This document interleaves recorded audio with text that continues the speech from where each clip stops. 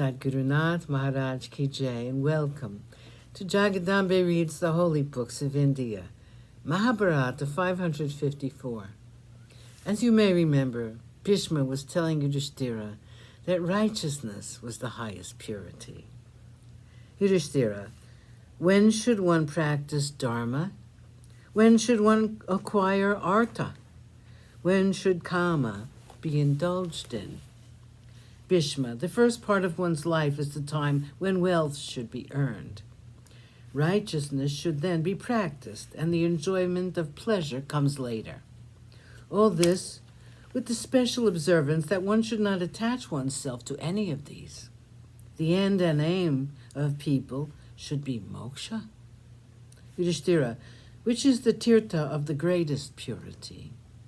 Bhishma, there is no doubt that all tirthas are capable of purifying people.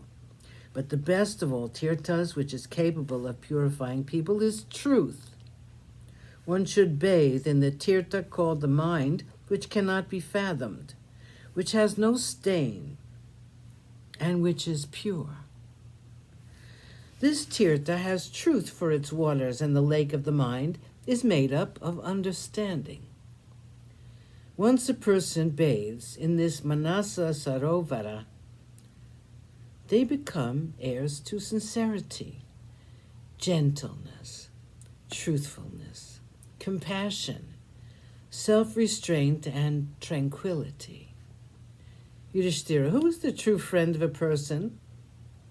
Is it the father or the mother, or the child, or the preceptor, or kin, or friend?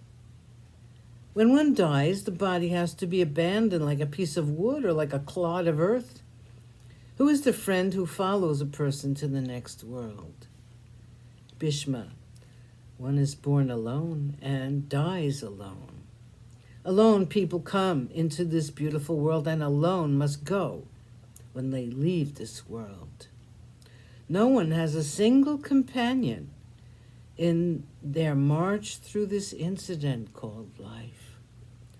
All those you spoke about, the father, the mother, children, friends, or the preceptor, turn away from you once you're dead, leaving the dead form of you like a piece of wood or a clod of earth. After mourning for a few moments, they turn away from you and go on with their work. They have no more interest in your body, which is all that is left of you. Only dharma, righteousness, follows the body that has been abandoned by all. That is the only friend of a person, and that is the one thing that should be sought by everyone. Yudhishthira, who is the one God in the world? The one object which is our sole refuge? By worshipping whom does one obtain all that one desires? Which is the one religion which is the foremost of all religions? What is the mantra reciting which a person becomes freed from the bondage of birth? Bhishma, Krishna is the Lord of the universe. He's the God of gods. He's the foremost of all beings. By him is pervaded this universe. Meditating on him and on his many names, people can transcend all sorrow. The foremost of all religions is God. He's the highest energy, the highest penance, the highest refuge, the holiest of holies, the beginning of all creation and the end of all creation.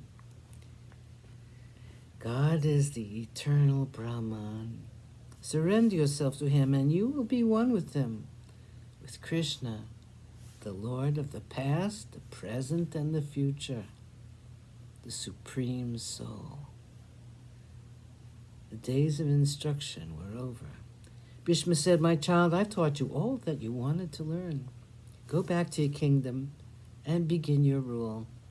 The people will be as happy as they were when the great kings, Nahusha, Harishchandra, and Yayati ruled this world." Sadgurunath Maharaj Ki Jai. Thank you for coming. I hope you come again.